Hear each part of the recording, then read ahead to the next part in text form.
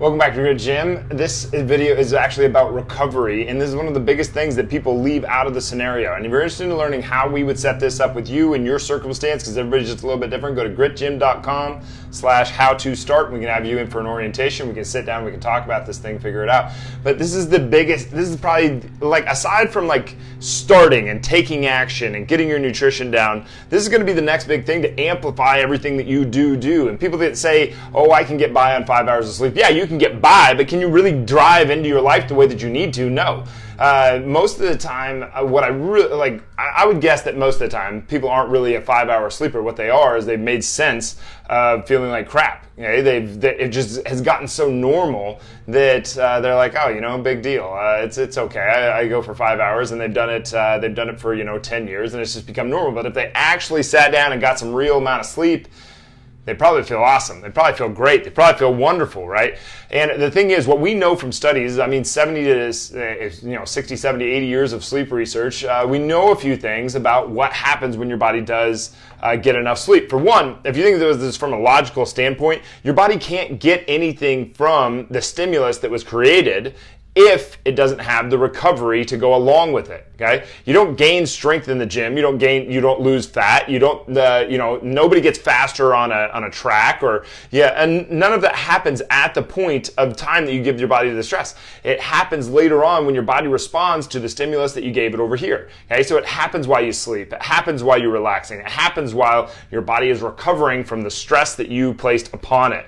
Okay, we want to lead the body where we want it to go. That's twofold. We need to give it a stimulus, a designed stress placed upon the body that will elicit the response that we want, and we also have to let it recover to get the thing that we want it to get. Okay, so it goes both ways. All right, so how much recovery do we actually need? And this is another thing that people really have trouble with, because this overtraining thing comes up all the time. There is no such thing as overtraining, and keep in mind what I'm saying here. And if you're interested in learning how it's going to apply to you, go to gritgym.com/how-to-start. We'll have you out for an orientation. We'll figure out what's best for you.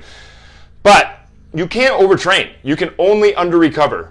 There is no such thing as overtraining. Okay? When we look at the Bulgarian method, which was basically you wake up in the morning, you eat, you train, you go back to sleep. And then you wake up at around noon, you eat, you train, you go back to sleep. And then you wake up in the evening, in the early evening, you eat, you train, and you go back to sleep until the next morning. Now the thing is, you might say, like, most people are going to point at that and be like, no, that's overtraining. No, that method worked so well that all elite athletes that are training at an elite level are still using that today.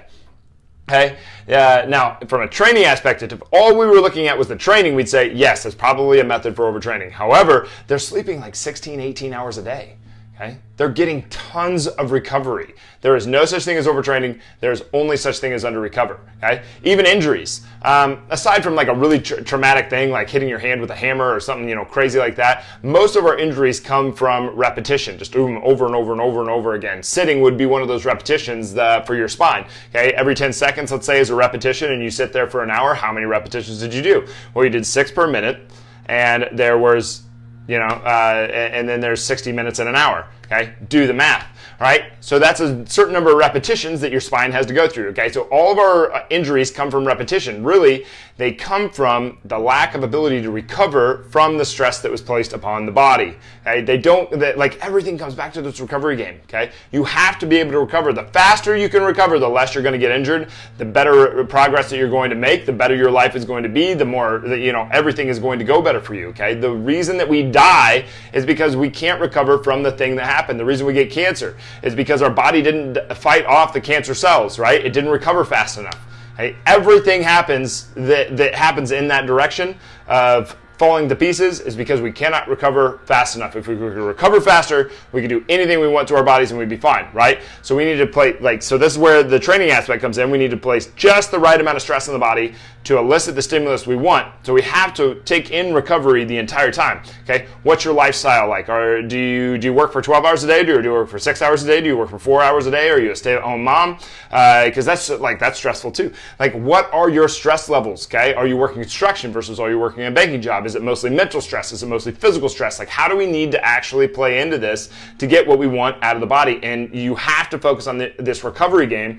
Otherwise, you won't get what you wanted to get from the thing that you were trying to do. Okay? And if you're interested in learning more about how this applies to you and the questions that we would ask, figure it out, go to gritgym.com/how-to-start, and we'll sit down, and we'll have an orientation, we'll figure out what's best for you. Okay? But one of the things that I do is I use my phone for absolutely everything that it can be. Okay? If you don't have a smartphone, what do you have? You have a dumb phone, so make your phone smart. Okay? You have 99.9% of all known knowledge at your fingertips. Okay? All the information that you would ever need is right there. Now, you don't need to sift through it to find what you need to do in the health department, because there's other people out there that have already done this for you, like me. Just like you wouldn't go and probably, like maybe you would, but if you went to go work on your car, you'd be lost. You know, maybe if you went back in time and you could like open up your car and be like and figure it out. But now things are a little bit more complicated, right?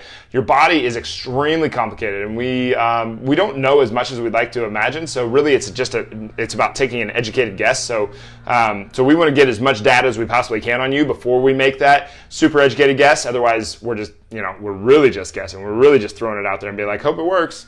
Don't know. So we really need to sit down and do that orientation first and get the strategy around this. So go to gritgym.com, how to start. But the way that I set up my phone is I'm trying to set up my ideal day. Okay, so most people will set an alarm for the time they need to wake up. Okay, but the time that you go to sleep is much more important than the time that you wake up.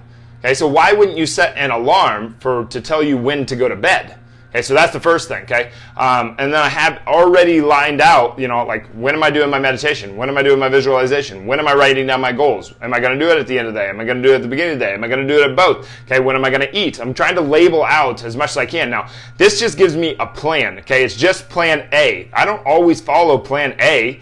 Stuff comes up, right? But at least you have a plan. You want to set up at least a starting plan, because maybe you have a chance to hit it if you at least sign up, if you at least plan out something.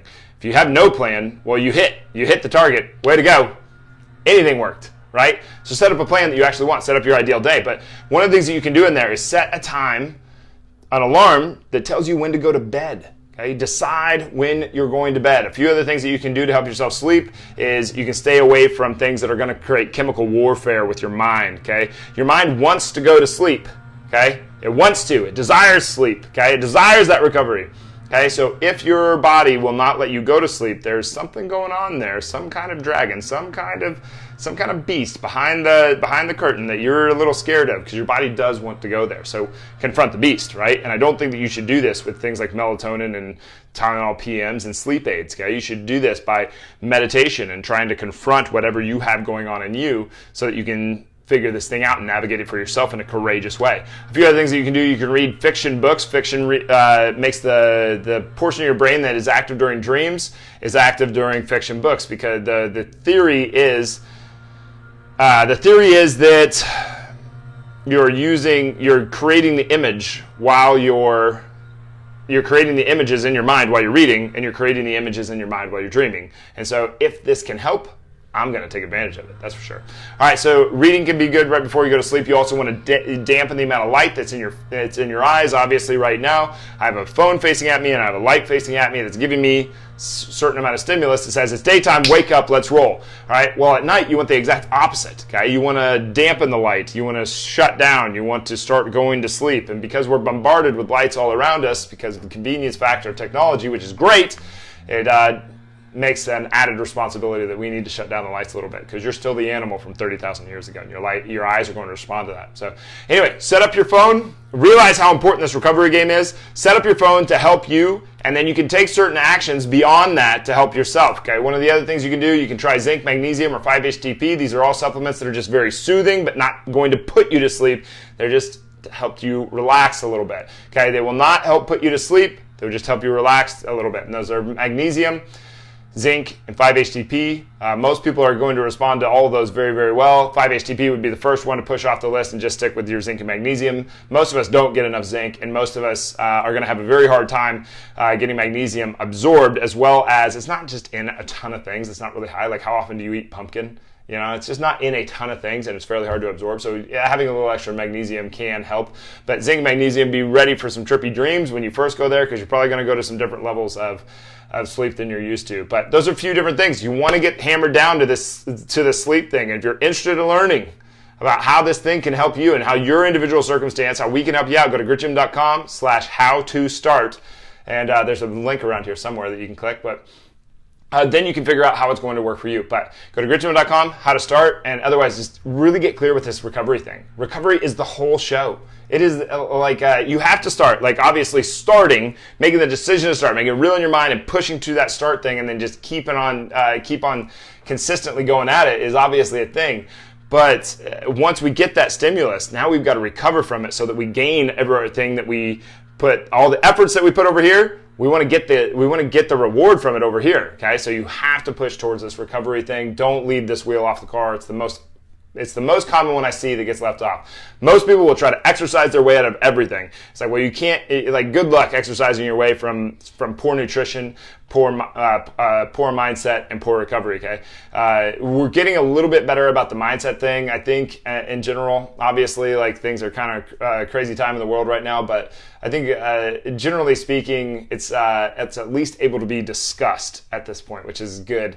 And so we want to be rolling with all four wheels of the car, not just three, not just one.